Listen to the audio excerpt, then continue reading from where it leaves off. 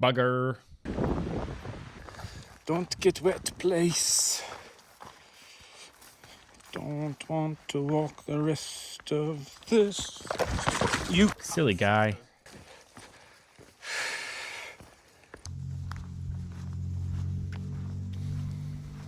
In my usual fashion, for early Saturday morning starts, I bounded up the hill Friday evening. I'd planned to camp on some Forest Service land, but when I arrived to Wrights Lake, I found a lovely campground with an open spot just for me.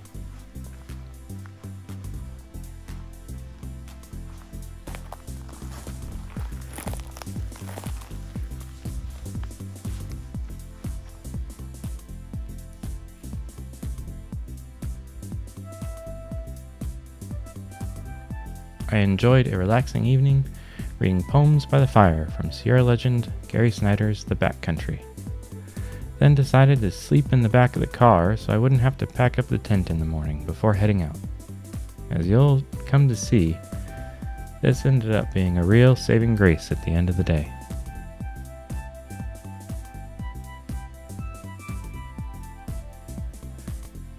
I'd felt like I was going easy on myself recently. My hikes had been somewhat shorter and less difficult than they should have been, and I wanted to set myself straight.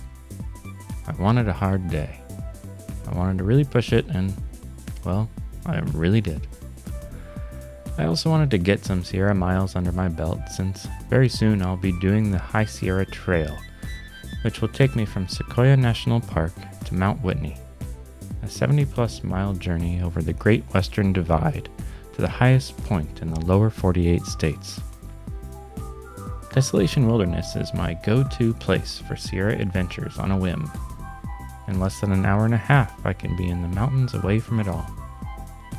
This week I chose a route in Desolation called McConnel Lakes Loop, which starts from Wrights Lake and takes Rockbound Pass into Desolation. It's a 27-mile loop that gains nearly 5,000 vertical feet and is usually used as a backpacking route, which takes 3 or 4 days for most. I decided I'd cover that ground in a day, and boy did I need almost all of it.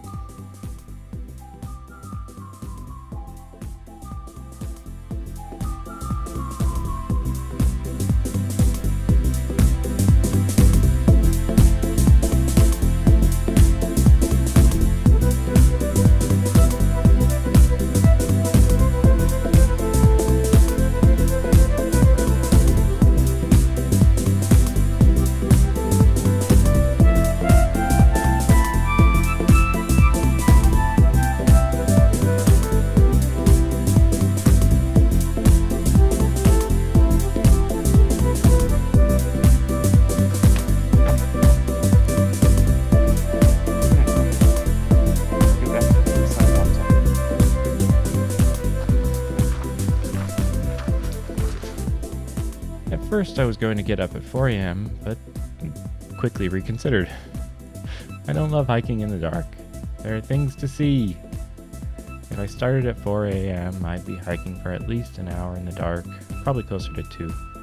So I ended up on the trail around 6 a.m., with the sun yet to crest over the Sierra, though still plenty of light to hike by. The first 6 miles take me up through forests over granite trail defined only by rocks lining both sides of the route, and by a couple lakes.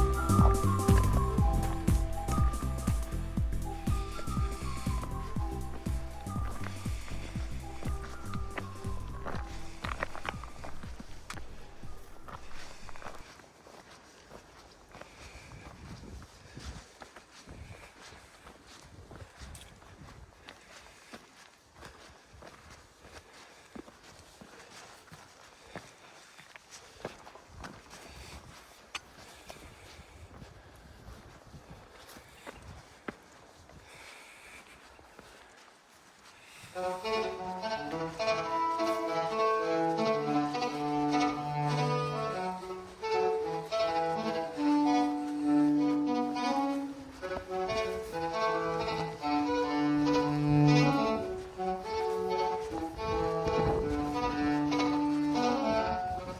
step is moving, it's moving me up.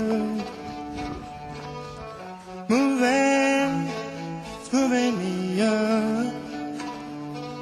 Every step is moving me up.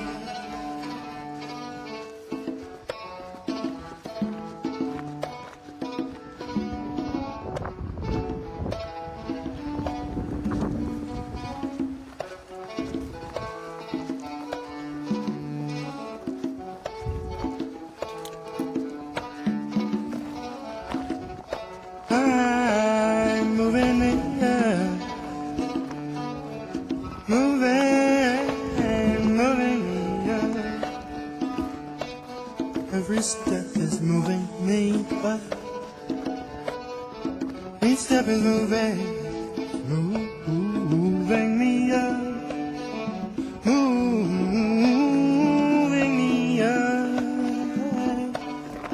One tiny, tiny, tiny move. It's all I need and jump over. Every step is moving me up.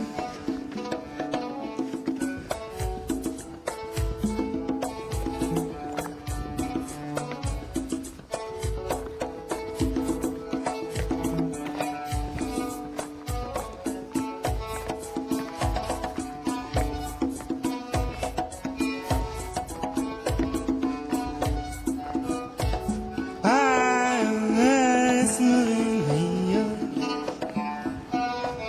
It's moving me up. Each step is moving me up. Moving me up. Every step is moving me up.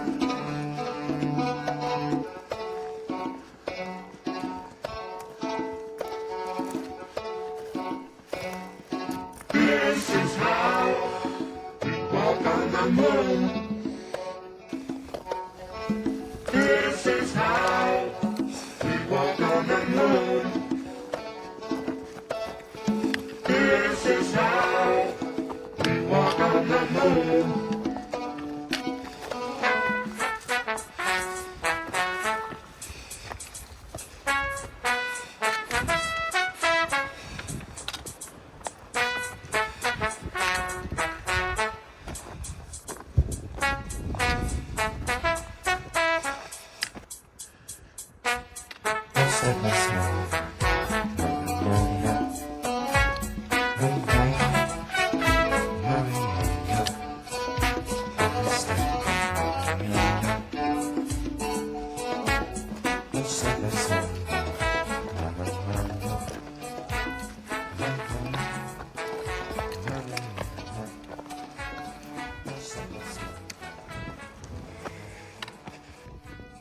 By 9 a.m., I was up and over this extraordinarily windy pass.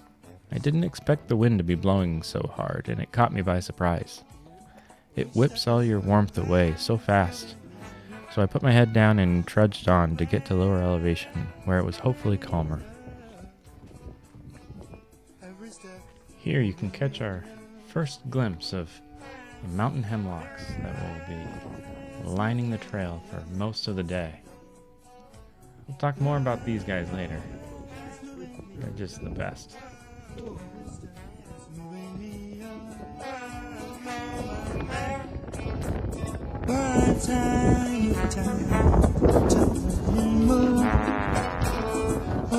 it's all I need tonight,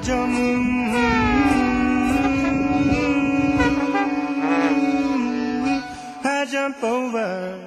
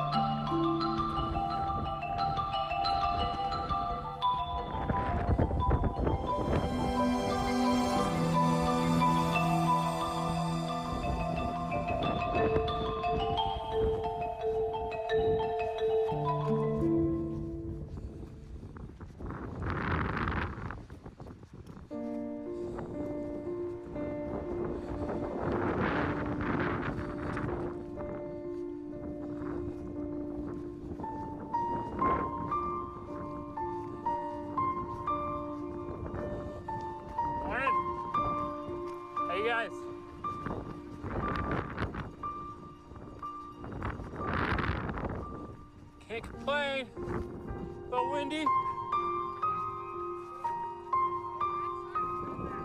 Really? Alright, cool.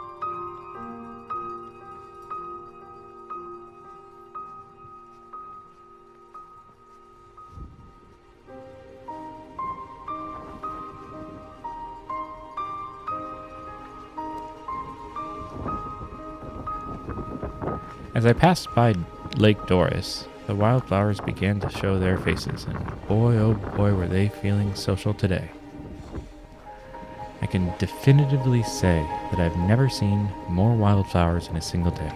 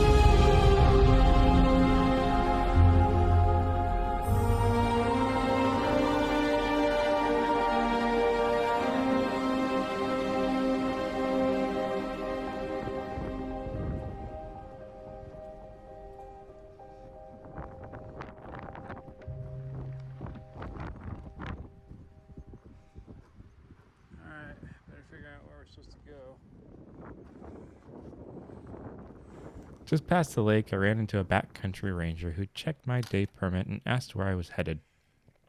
I relayed my plans to her, and she warned me that it was a tough route. She said that the trail could be hard to follow at times, but that it's really beautiful. I thanked her for her info and carried on with little concern. I should have been more concerned.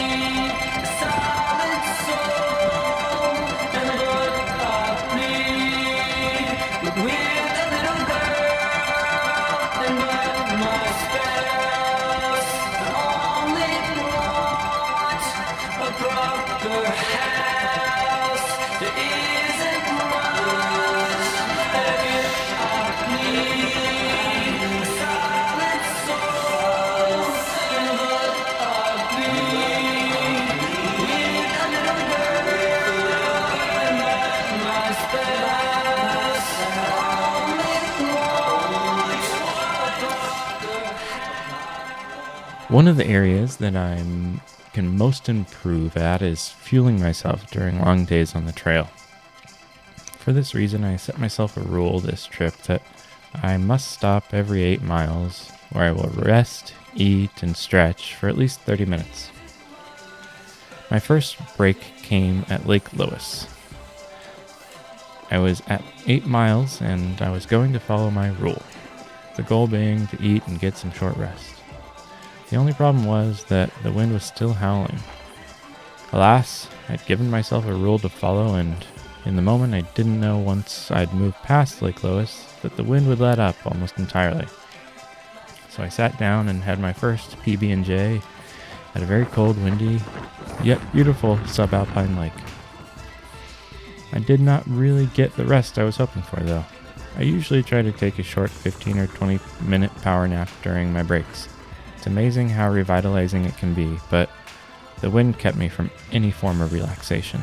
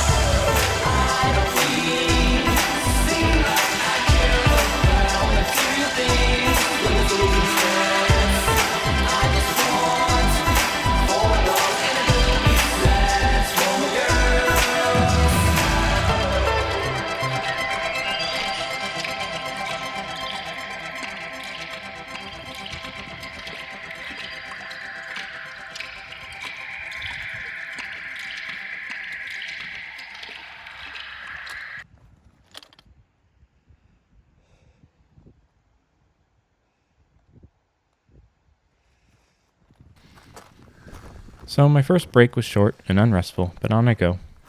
I passed Lake Schmidl without much of a thought because I was dreading the second short ascent that was soon approaching. Over the next 3/4 of a mile, I climbed 750 feet to the Leland Lakes. I'd only traveled about 3 miles from my last stop at Lake Lois, but I decided to have another break. The wind had stopped and I needed to actually rest for a moment in comfort and get a good stretch in.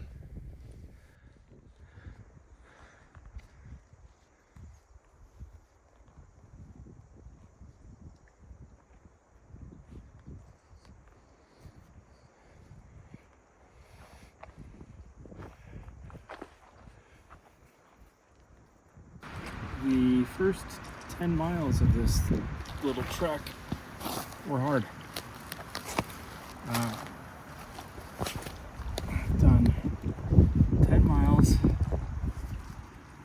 about 20, a little over 2,600 feet elevation gain, and oh, wow, that feels good. It's been hard. Yeah,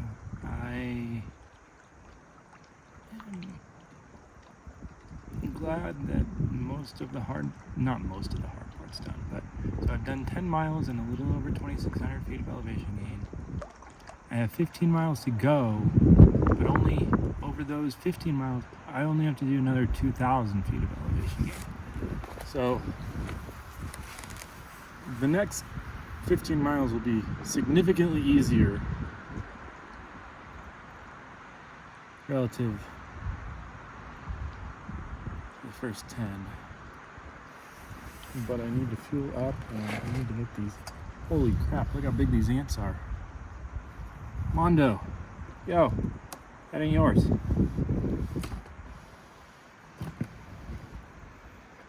They're all over my stuff. Need to fuel up because I don't think I got enough food in me at that first stop. No, I know I didn't get enough fuel in me on that first stop, but it was so cold and windy, I just didn't feel like being there anymore.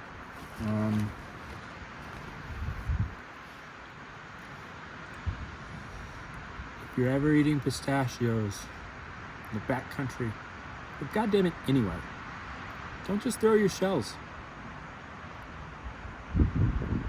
They don't disintegrate. They don't biodegrade. They're there. They're garbage. You need to pack them up. That's it. End of it. Enjoy your pistachios. Pack out the shells.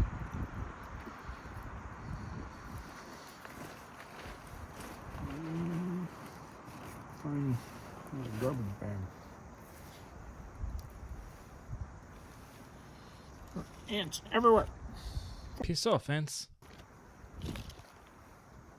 My food.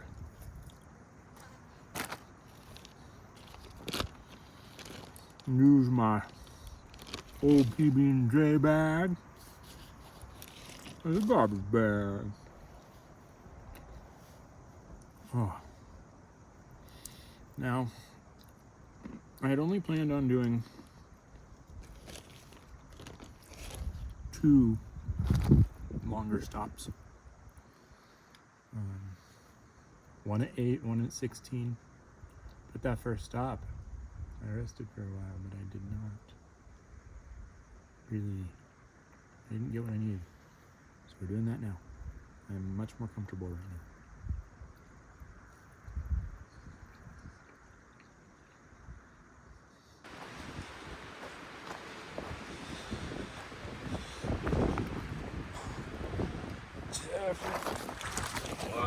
Yeah. Bugger.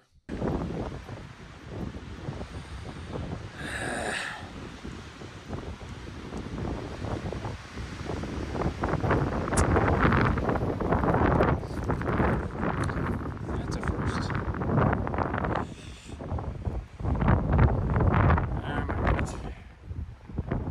That's the damage. That's all she's.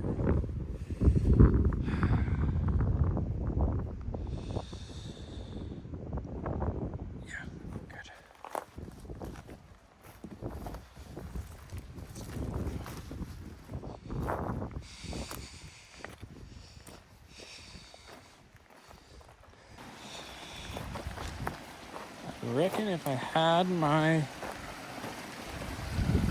Yeah, I should still hike with one trekking pole.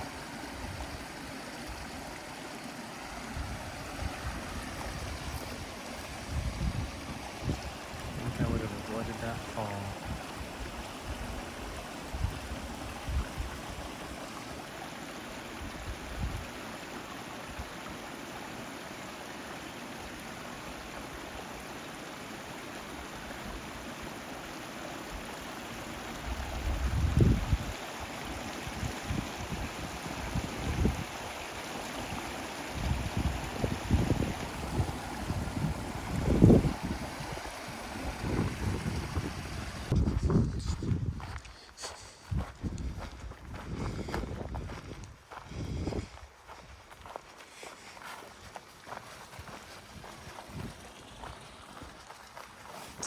Wetter.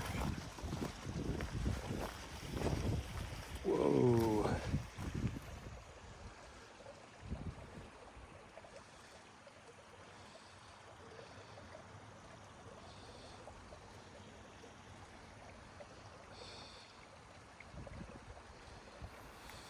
Oh, there's a fish. There's a little trout in there. Hope I got that. He's hiding. Wow. Wow.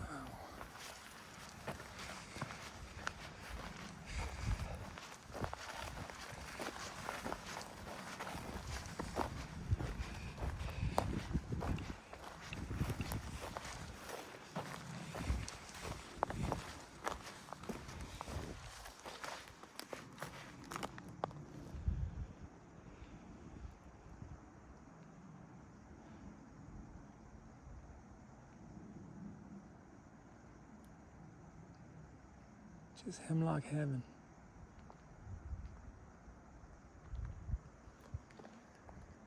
Hemlock heaven.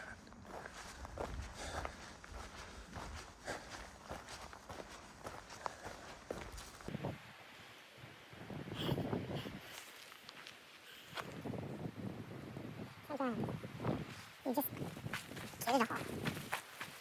Alright. I'm gonna pay for it. Dun, dun, dun, dun.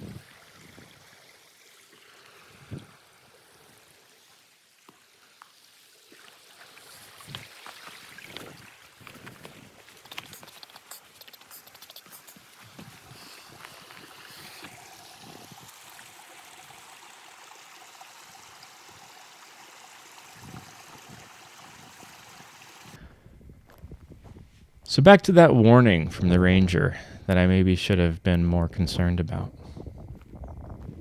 This is where that comes into play.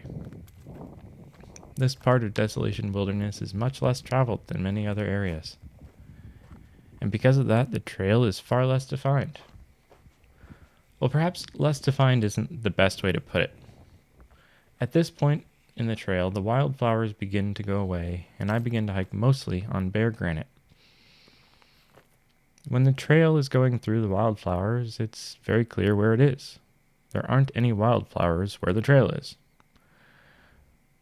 When hiking on granite that isn't decomposed like popular Yosemite trails, the only way to know where you're going is to follow trail cairns. These are little stacks of rocks that are placed in the way that you're supposed to go. They're little hints. Some people really dislike trail cairns because trail finding is a good skill to have, and there won't always be trail cairns. And a lot of times they're really not necessary. I understand and appreciate that line of reasoning. But on this particular section of the trail, they were absolutely necessary. In the 4-mile section between Leland Lakes and 4Q Lakes, I genuinely lost the trail over 30 times. I was never super far off, but if I wasn't actively looking for the next cairn, it was extremely easy to go the wrong way. I don't enjoy hiking with my phone out and the map open, always looking down and then looking up. But there were times when that was necessary.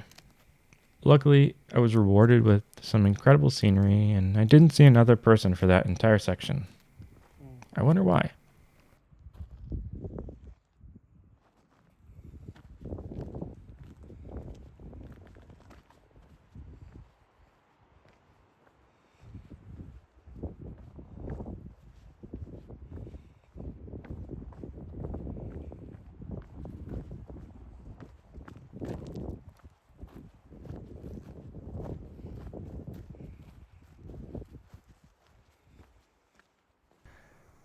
Somehow I missed the namesake McConnell Lake entirely. Must have been focused on staying on the trail or something. No matter. I think this route should be called Hemlocks and Wildflowers Loop anyway. John Muir had a particular fondness for the mountain hemlock, and in his 1894 book, The Mountains of California, he had this to say about the little wonder. Quote, "The hemlock spruce is the most singularly beautiful of all California coniferae. Under all conditions, sheltered or storm-beaten, well-fed or ill-fed, this tree is singularly graceful in habit. Even at its highest limit upon exposed ridge-tops, though compelled to crouch in dense thickets, huddled close together as if for mutual protection, it still manages to throw out its sprays in irrepressible loveliness. Poised in thin white sunshine, clad with branches from head to foot, yet not the faintest degree heavy or bunchy, it towers in unassuming majesty, drooping as if unaffected with the aspiring tendencies of its race, loving the ground whilst transparently conscious of heaven and joyously receptive of its blessings, reaching out its branches like sensitive tentacles, feeling the light and reveling in it. No other of our alpine conifers so finely veils its strength. Its delicate branches yield to the mountain's gentle breath. Yet it is strong to meet the wildest onsets of the gale, strong not in resistance, but in compliance, bowing snow-laden to the ground, gracefully accepting burial month after month in the darkness beneath the heavy mantle of winter. I wish I had space to write more of this surpassing beauty of this favorite spruce. Every tree lover is sure to regard it with especial admiration. Apathetic mountaineers, even, seeking only game or gold, stop to gaze on first meeting it and utter to themselves, 'That is a mighty tree.' Some of them adding, 'Dead pretty.' In autumn, when its cones are ripe, the little striped tamias and Douglas squirrel and the Clark crow make a happy stir in its groves. The deer love to lie down beneath its spreading branches. Bright streams from the snow that is always near ripple through its groves, and bryanthus spreads precious carpets in its shade. But the best words only hint at its charms. Come to the mountains and see.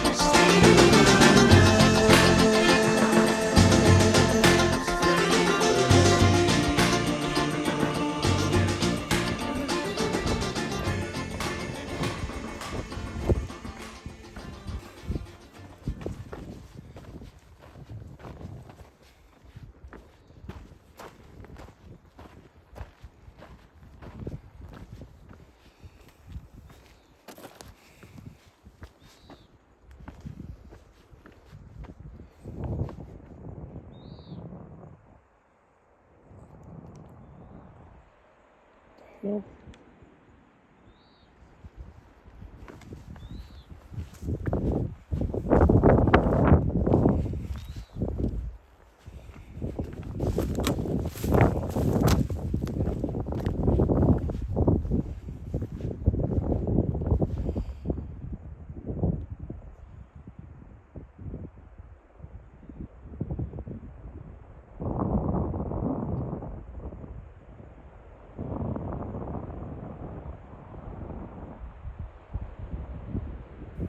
I took another 30-minute break at Horseshoe Lake and ate my second PB&J.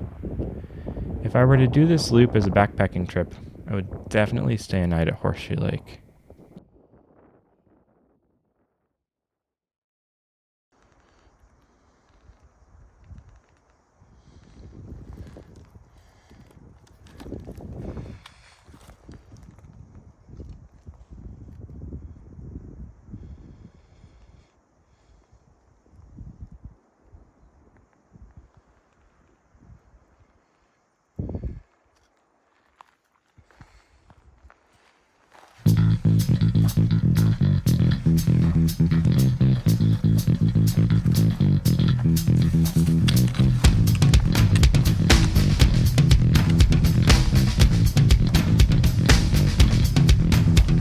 Throw away your television. Time to make this clean decision.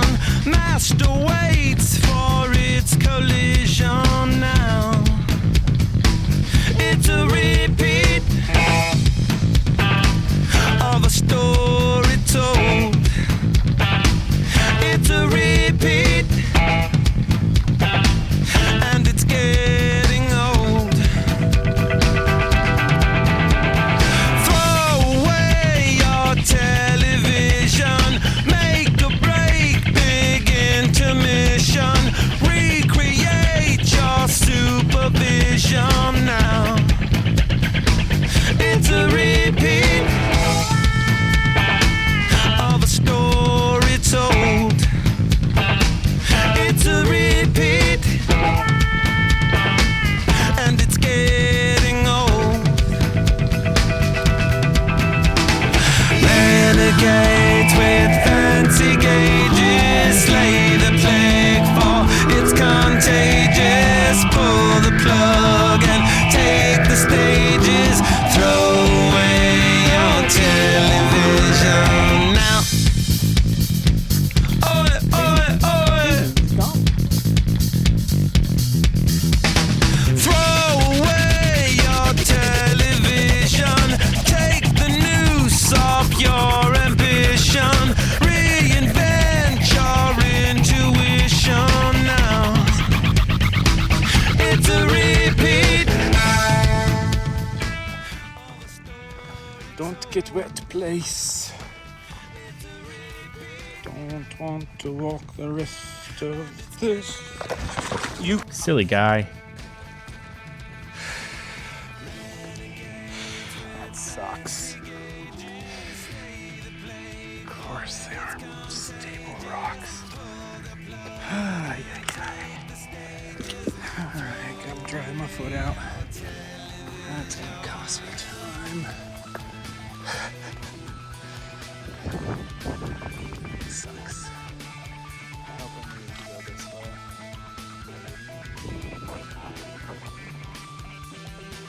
As the day wore on, I stopped taking video and kept focusing on getting where I needed to be. So this next part of the story is about later in the evening, and I was mostly hiking in the dark, so you'll just have to imagine how it was for me.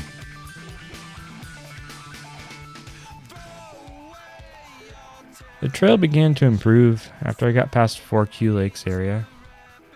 I was trying to move fast now to make up time since the last 4 miles slowed me down significantly. I arrived at the junction to head back up to the pass around 8 p.m. I had originally planned to take a break here and fuel up, but the sun was setting and I wanted to get a good shot of it when coming over the pass. Plus, I was cold since I was sweating from hiking faster and wanted to keep moving to stay warm as the temperatures dropped. This was a mistake. Coming over the pass, I ran out of water and decided to fill up at one of the first lakes. When I stopped, I realized just how drained I was. I was cold, completely without energy, and still had about 5 miles to go. I put on all my layers, sat down, and did my best to eat some food in order to get these last few miles done. It was all downhill from here, but even so, it felt like a monumental undertaking. It was approaching 11 p.m., and I'd been on the trail for nearly 17 hours, and it felt like it. This is what I asked for. This is what I got. There's something about pushing your limits and knowing that you're the only one that can get yourself out.